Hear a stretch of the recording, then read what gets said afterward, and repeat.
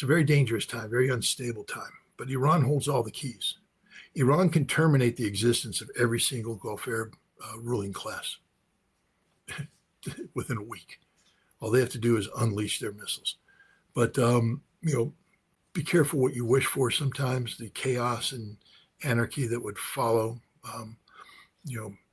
may not be worth it. Iran may not need to defeat every American ally directly to change the balance of power in the Middle East. The guest argues that Iran has enough military leverage to threaten the Gulf's political and economic stability. But there's a catch. Unleashing that power could create chaos that becomes impossible for everyone to control. And that sets up the central question of this interview. If the conflict expands, does the United States actually have the weapons and resources to sustain the fight? Iran could suffer catastrophic harm to its energy production capacity and still survive as a nation state, inclusive of the current government, because it has institution of governance that are linked to a constitution that's linked to the people. The people are Iran. Now we look at the Gulf Arab states. They're a bunch of fat, obese, perfume princes and sheiks that got their job because the British appointed them, anointed them to be heads of former colonial territories. They're fake as hell. There's no linkage with the people. They aren't of the people. They're not voted in by the people.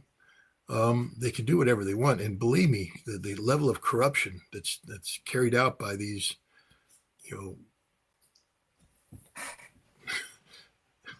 fake leaders is mind-boggling. If the people ever found out the truth about what their leaders do in their name, how they abuse the wealth of the nation for their own personal, perversions, that would be the end of them. So these Gulf Arab states are being confronted by their future existential survival. They need to be able to produce energy to produce the wealth that underwrites their existence. Part of their existence is about bribing the people. They have so much oil wealth that they, either give away subsidies, they give away cars, whatever they do. It's a bribe to the people. But the vast majority of it goes to sustaining a lifestyle that is mind-boggling. And if they lose this access to these funds, first of all, the bribes go away. Because remember, the first thing they're going to cut is money to others, not to themselves. But then their ability to sustain their lifestyle goes away, and their ability to underwrite this cost of the security mechanisms that keep them in power, security mechanisms tied to the United States and others through various defense arrangements. These dissipate. They're already seeing their security relationship with the United States go away. And so they have to ask the question, who's going to underwrite us, who's going to take care of us, who's going to protect us, who's going to defend us? And the answer is right now, nobody. So they're on their own. The guest's argument is that Iran and the Gulf states have very different vulnerabilities. He claims Iran could absorb severe damage to its energy infrastructure and still maintain its state institutions, while the Gulf monarchies depend heavily on energy revenue and external security arrangements. That means an attack on energy infrastructure could have consequences far beyond the initial explosion. It could put pressure on the economic system that supports the region's political order and potentially force Washington to make a much bigger strategic decision. We are running very short of long-range standoff weapons delivered by aircraft. And so what we've had to do with aircraft is we use what are called JDAMs, which are these the bombs with the satellite guidance packages on them that allow for gliding. So if you drop it at a fairly high altitude, the bomb can glide in over defined space and strike a target. You don't go very deep with this because you have to keep the airplane standing off from air defense. We use HIMARS, and which is the GLMRS munition. We use ATACMS. Then we use the precision strike munition. My understanding is that we're all but out of precision strike munitions. I think there are only 90 to begin with. We fired 80 as of last month, and there's 10 left. can't do much with 10 weapons. ATACMS, we've basically run the supply dry. We have to strip ATACMS away from South Korea and from Europe, and as soon as we do that, then we lose whatever potential we had. We know there's not much potential because the Ukrainians use ATACMS and HIMARS against the Russians, and the Russians have figured out how to jam the GPS signal and how to spoof the inertial guidance and basically disrupt these attacks so that the percentage of success is actually very low. But Iran, may or may not have the spoofing capability. I don't know, what the battle damage is being done to Iran. My guess is probably Russia shared the ability to deal with HIMARS and ATACMS, and the Iranians are implementing those measures as well. But when we're using them because we don't have enough standoff weapons, we've depleted our Tomahawk stock. So we are bombing basically the western edge and southern edge of Iran with what we have, but we can't go deep.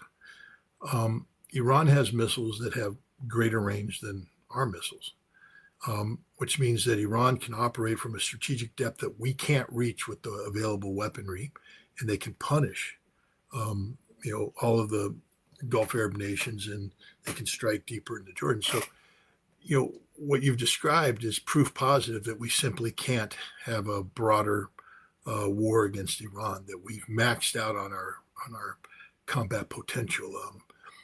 We lack the capacity to meaningfully project power in a sustainable fashion into the Iranian strategic depth. This is where the interview's biggest strategic question appears. The guest is not claiming that America has no military power. His argument is that a sustained war against Iran could expose limits in America's stockpile of long-range precision weapons. That's an important distinction. A country can have overwhelming military power and still face a problem if a particular class of weapons is being consumed faster than it can be replaced. If his assessment is correct, Trump's ability to escalate would face a practical constraint. Not simply what Washington wants to do, but what it can sustain over time. No. I'm writing an article that talks about, well, wait a minute, does that mean that we tried to assassinate the mayor of Gorlovka in September 2022? Yes. Does that mean that we deliberately struck a theater where children were practicing ballet in November of 2022? Yes, it means exactly that, because they couldn't have fired those missiles without us. Donahue created a system. So, basically the United States would find the locations where they're going to fire. The Ukrainians would drive up to them, and then we would have received their target package, and then we approved that target package by sending the data. We called it points of interest, a point of interest. We didn't call it a target. But the data has to go in. It's specific data programmed. It's not just, people are like, oh, let's put it in my location and their location. No, it's got to communicate with a missile that's then connecting with GPS, and there's inertial guidance that's making algorithmic decisions on how to move guidance fins to guide it in. It's a specific set of codes that only the United States can do, and only a special unit in Germany can do. And so every target that Ukraine had was done this way. Now, that was early on. Then the United States started to reduce, start playing political games, cutting off intelligence. Let's just make no ifs, ands, or buts about it. The PAC-3 missile is the only missile that works when it comes to Russia's ballistic missile capabilities. Drones, you can have other things work, but the PAC-3 is the only one that has a snowball's chance in hell of shooting down an Iskander. Virtually no chance to shoot down a Zircon or a Kinzhal. In Oreshnik, it'll never happen. But the PAC-3 did give them the ability to blunt, some of the Iskander attacks and then free up capacity to take on, the calibers and then the drones. They're out of missiles. They don't have any left. I think there was a 57 missile attack the other night. They fired one, their last PAC-3, and that was it. Last night there was an attack. There was no missile defense. It's all gone. And this is the end of Ukraine. If Ukraine can't defend itself, and it can't defend itself, that means that Russia will just run free. There's talk that Russia has brought in a North Korean artillery brigade that fires a Iskander M type analog. That up to 120 of these missiles have been brought in with this brigade, which means that Russia will never run out of firepower, and Ukraine will never recover. The story now shifts from Iran to Ukraine, but the underlying issue is the same. How much can the United States actually sustain? The guest makes a controversial claim that American involvement in Ukrainian HIMARS operations went far beyond simply providing weapons. He then argues that Ukraine's most important air defense capability is running out of interceptors.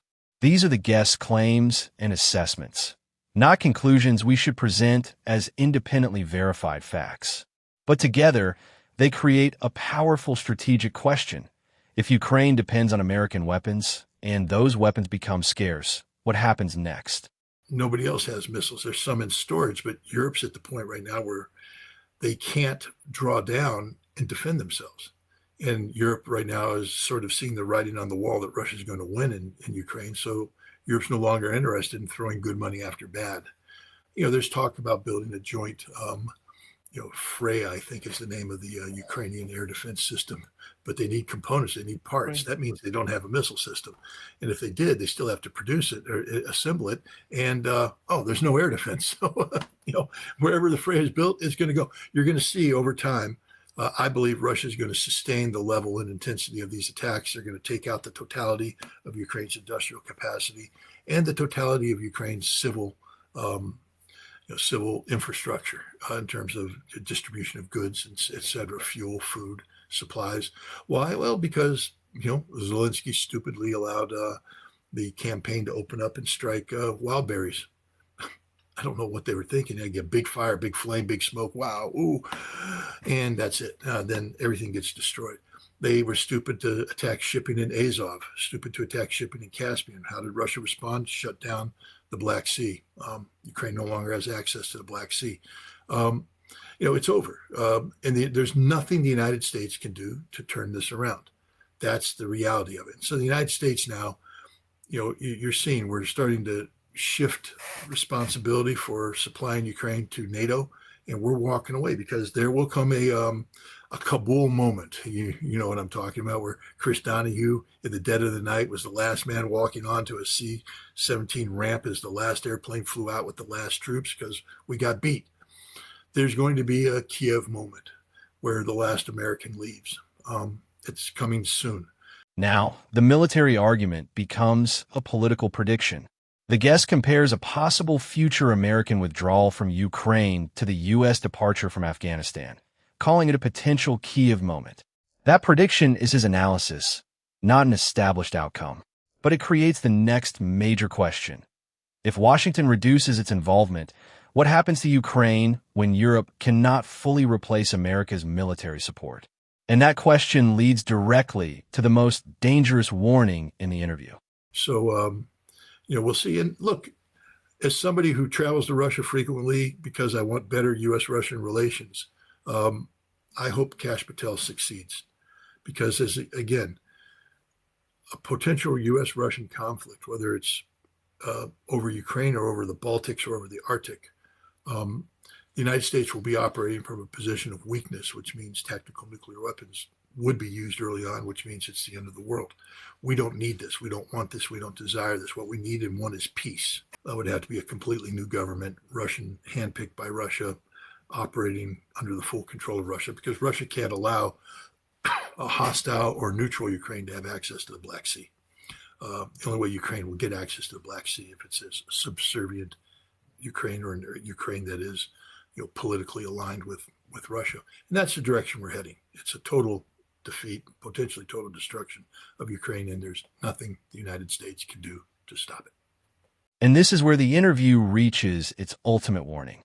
The guest believes the United States is facing pressure on several fronts at once. The weapons needed for a potential war with Iran, the military resources required to support Ukraine, America's changing position in the Middle East, and the possibility of a direct confrontation with Russia.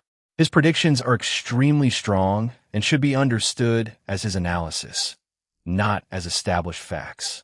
But the larger warning is clear. Military power is not simply about having advanced weapons. It's about having enough weapons, enough resources, enough allies, and enough political capacity to sustain a conflict. And if those limits are reached, the consequences could extend far beyond Iran or Ukraine.